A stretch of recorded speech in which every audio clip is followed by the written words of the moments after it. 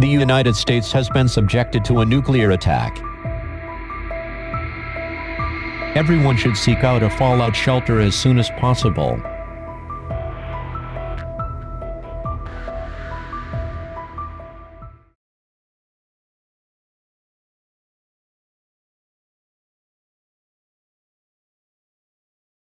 Hello, everyone. LP here.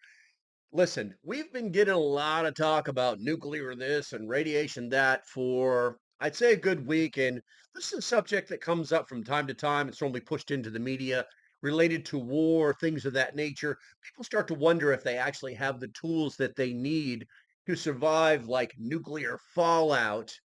Yeah. So I ran across this sale, not a joke. I'm going to be pushing this product. But listen, I want to talk to you a little bit first about why you need it. Not a joke. I've got the facts laid out. I've actually got I made a video about this about a year ago. It gained some good traction, but I think it's important that people see it now. I've got it cut down so you just get the basics. Now, there's a lot of masks out there that purport to do certain things, but the reality is that the only thing you need to worry about when it comes to radiation is filtering fine particles.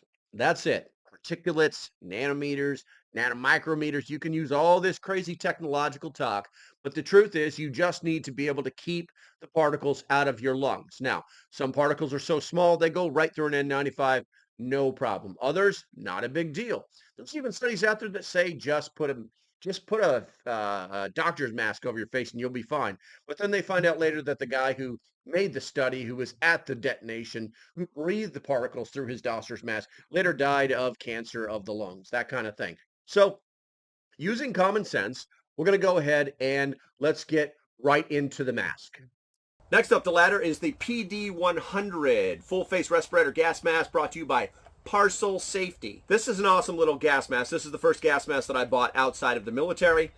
This is on Amazon for about $99. When I bought it, it was about $75. Like I said, this is the PD100. This is a full face respirator gas mask. It protects the eyes, the face, the nose, the mouth, and airways. It uses the PA1 filters, which offer strong protection. It will filter out 95% of particulates down to 0.3 microns, which is actually small enough to protect you from fallout and natural vapors. What I like about this mask right here is that the filters come off very easily. They're replaced very easily. You just twist them and they come right off. It's not even a problem. They also have a secondary filter system right here that you can pop this right off right here, and it's actually a dust filter, so it's a secondary filter system. Really awesome piece of gear. If you want a gas mask with your bug out bag, this is actually a pretty neat piece of gear. This will do the job, no problem at all. Okay, so now that you've seen the mask that we're talking about, it is on sale for 40% off. I'm not joking.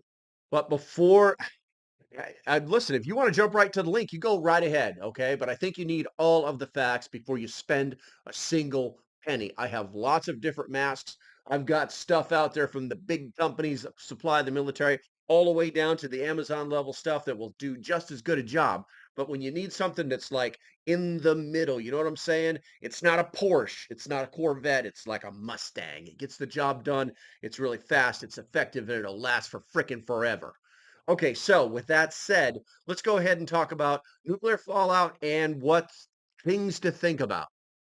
Now, nuclear fallout is the leftover radioactive material sent up into the atmosphere after a nuclear blast. It's called fallout because it falls out of the sky after the explosion and shockwave passes. You don't want to be stuck in that shockwave. The bottom line is that fallout is radioactive dust and ash created by a nuclear weapon exploding. The amount and spread of fallout is determined by the size of the weapon and the altitude in which it is detonated. Now, there's three types of detonations. You have an air burst, you have a surface burst, and you have a subsurface burst. Now, the air burst, obviously, that's going to be in the air. So you're going to get a little bit of radiation off that, so on and so forth. We're not going to get into the details or technicalities of it because that is not what we care about in this video. We just need to know about being able to protect ourselves from radiation getting inside of our body. The second one is the surface burst, which means the bomb hit the ground or near the ground and boom, now stuff's all in the air. And then you have a subsurface burst, which is underground or underwater. Some weapons are designed to go off like that. There's two types of fallout that you need to be aware of. One is global fallout. The second is local fallout.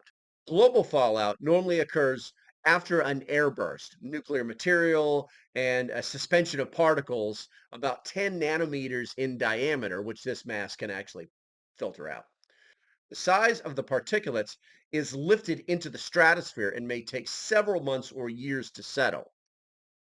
That second one, the local fallout, the one that we really need to think about, local fallout happens during detonations of devices at the ground level. Surface burst, heat vaporizes large amounts of earth or water, which draws up into the radioactive cloud that we've so accustomed to see in the movies. This is the material that becomes radioactive. As the cloud rises, fallout begins to arrive near ground zero within an hour. More than half of the total bomb debris will land on the ground within 24 hours as fallout. If you get stuck in a radiological contaminated area, the contamination will lead to immediate external radiation exposure, as well as possible later internal hazards of inhalation and ingestion of radioactive contaminants. That's a lot of words. Fallout radiation decays, or basically means that it loses its strength relatively quickly with time. Most areas become fairly safe for travel and decontamination after 3 to 5 weeks. So you need to be able to get someplace safe quickly without getting this stuff in or on you. And then you got to stay there for 3 to 5 weeks. So this comes down to what you need for immediate survival. The first thing you need is a poncho. I'll leave a link below. If you don't know what a poncho is, you probably shouldn't be watching this video. You can buy them anywhere from $20 to $44 on Amazon. It's not a big thing, but they'll protect your skin, and they have a hood on them that you can bring up over the mask to protect the top of your head. The next thing you'll need is a good mask. It doesn't have to be the best. It's just got to be good enough. The PA1 filter is more than enough. It scrubs down to, I think it's 0.03 microns of dust. It's more than enough. They use it on the industrial level all the time. The filters are inexpensive. You do not have to go buy yourself an NBC canister 40 millimeter type mask. Because the reality is that you're not going to be out operating in this stuff. You just need a mask that's good enough, that is reputable enough, like Parcel Safety, to get you into a safe place. That's what you really need. Okay, guys, I hope this information was helpful to you, and I hope that you take part in that sale. I will leave a link below for you to get involved with that sale. It's coming up here shortly. If you're coming in afterwards, I actually have a code myself where you can save, I think it's like 20% off your purchase. And if you get the opportunity, try to double code that sucker during the sale. See what happens. All right, guys, I think that's going to be about it.